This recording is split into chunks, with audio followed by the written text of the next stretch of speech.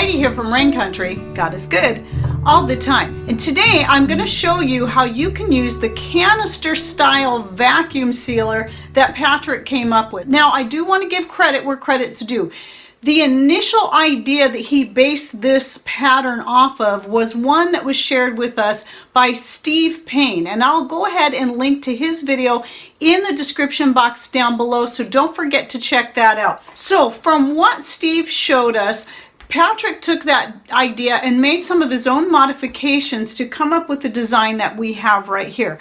Now here's the great thing about a canister style vacuum. You can get food saver canisters, by the way. They're pretty expensive, especially now, but we're able to offer these for a little bit less. We've had people wanting Patrick to create one for a while, even before Steve shared his video with us, and that kind of gave Patrick the catalyst to get going. But anyway, the benefit of this is that this one canister can seal any size jar, well, up to a quart as far as size go. You can't stick anything bigger in there than that, but you wouldn't want a bigger one unless you had it dedicated just for that, and I'll explain why in a minute.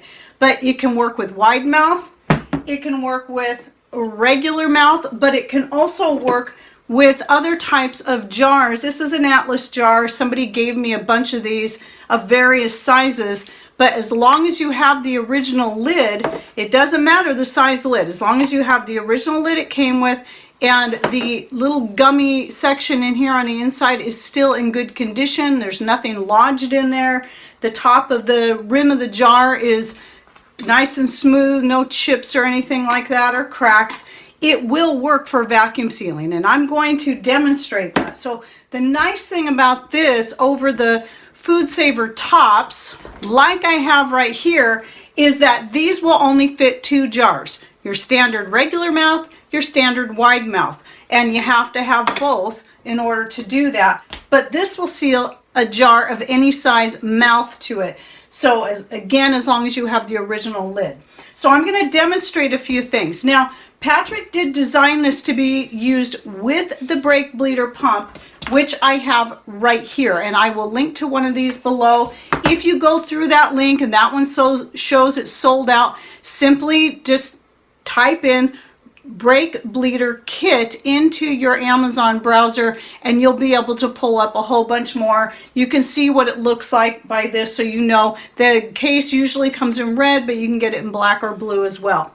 So anyway, what he did was he took, this is the bottom of the canister, and he took the standard pump tip and actually has it going the other way in. So usually this end here is the end you insert into the hose here when you're putting this together. But this is going to go the other way, so that when you attach the hose on there, it'll go onto this end. And then that way this tip can just stay in there. Now the nice thing about these kits is you have 2 of these tips. You have 2 hoses. You actually have several hoses. You have a couple of shorter links, and then you usually come with 2 about this long. Here's my newer one right here. You can tell because the hose looks a little clearer. It hasn't, this one is over 4 years old now.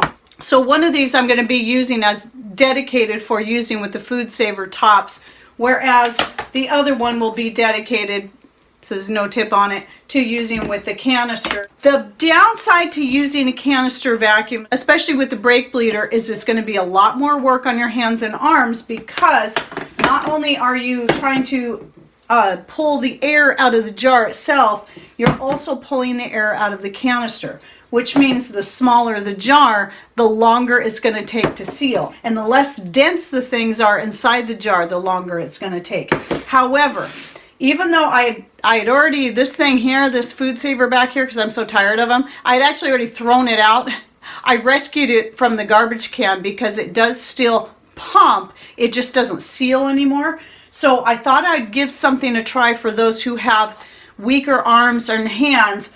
You would still need to have this tip here, and you would need to have at least a little short chunk of hose of this size that goes with the brake bleeder kit, and I'll show you what you can do. So I'll start by doing that, and then I'll show you how to use the brake bleeder itself to seal the jars. If you have a food saver and you have the hose like this that goes to the food saver, what you'll need to do is cut off the one end, not the green end. Leave the green end in place because this is the end that needs to go into the food saver machine itself. And then on the other end, where you cut off it's usually a gray tip on this other side, take a short chunk of that tubing and just jam this in the food saver hose as tightly as you can into the short chunk of brake bleeder tubing. Then you'll take that and press it onto that brake bleeder tip that is attached into the canister and push it on there nice and tight. Okay, now you're going to take your jar.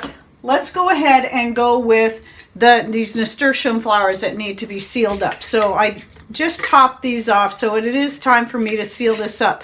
Now in this case, with the food saver top, you don't have the band on there. You wouldn't be able to fit the food saver top over it with the band. But in this case, it is recommended that you put, not too tightly, but put your band on there. Just kind of get it till it catches and it's snug, but not super tight. And then, if it's a smaller jar especially, you're going to want to tilt the jar and place it in this way. So don't drop it in or you might break your jar.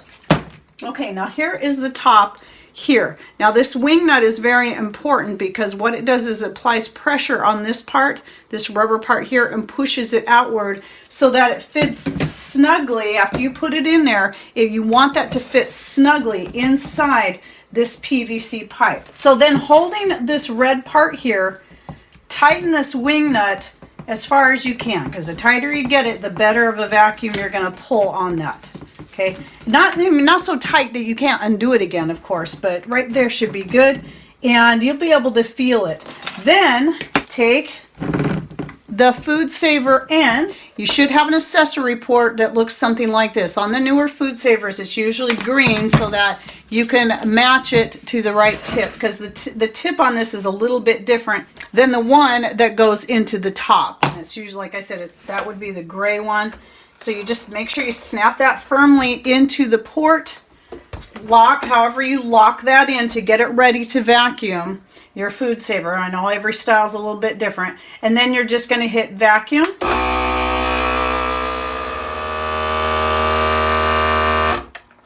Okay, so that took about 20 seconds.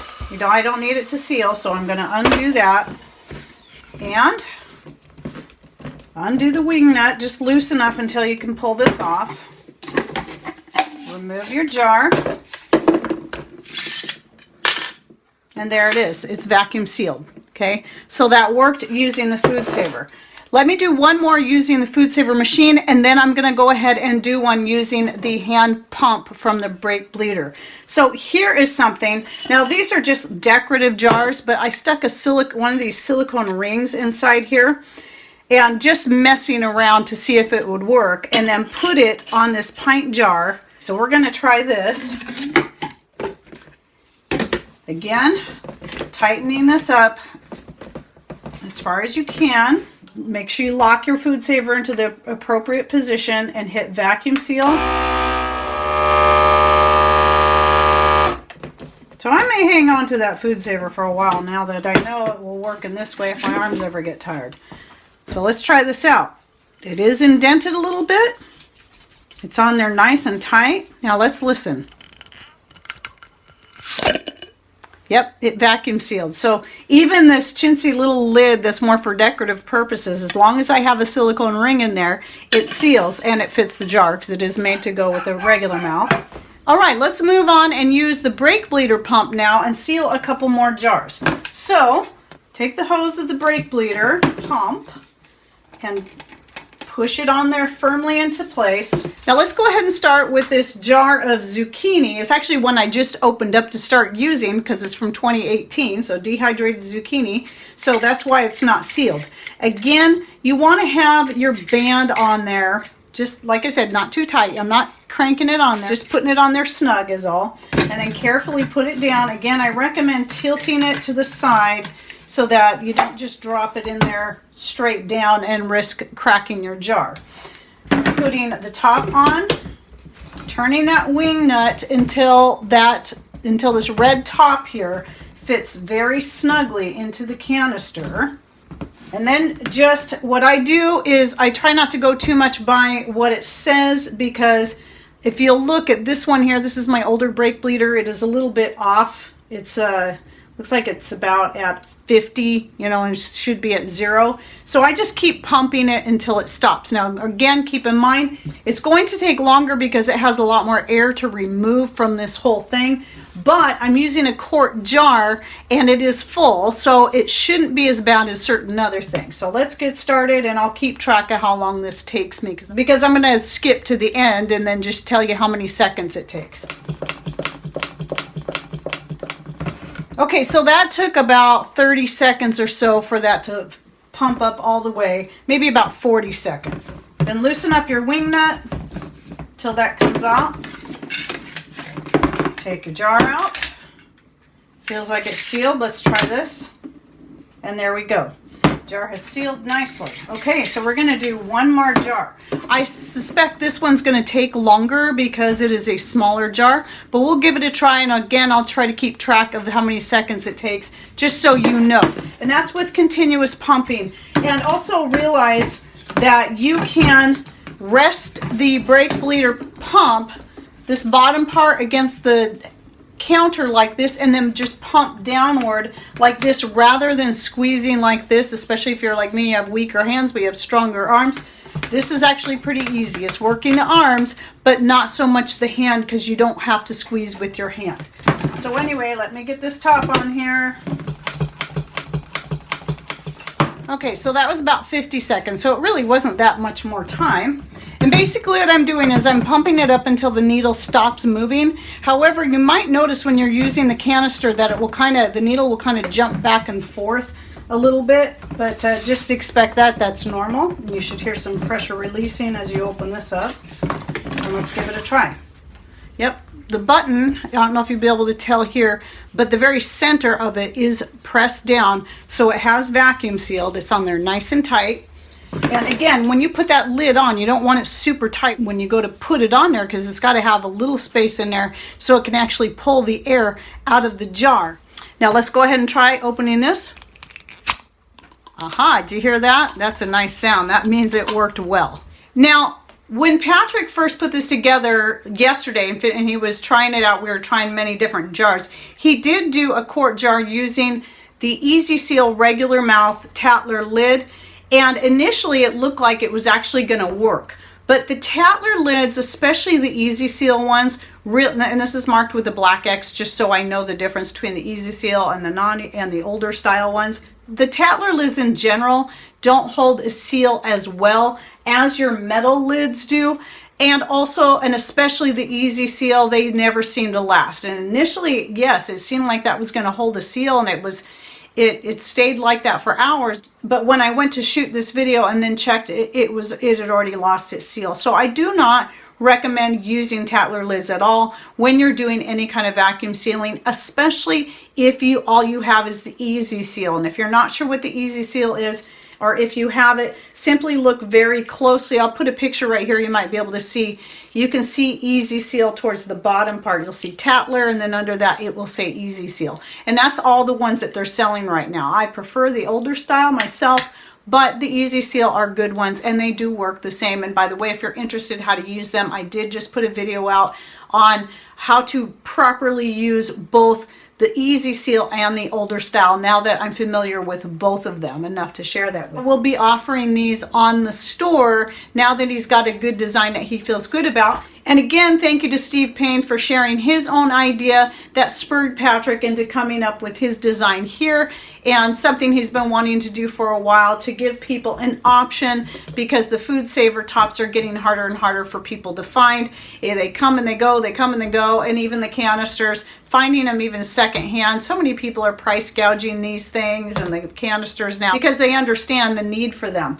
But for us, if you go to our store, you'll be able to see the price. We're trying to keep it as low as possible, but still pay for the items and the time put into it and the shipping costs as well. So anyway, I hope you enjoyed that and that helps you understand how to use the pump. So if you haven't got one yet and you were waiting to see how to use it, now you know. And I'm really glad I still had that food saver machine so I could try it out and see that it does work with this canister. All right, well, thanks for watching. Take care and God bless.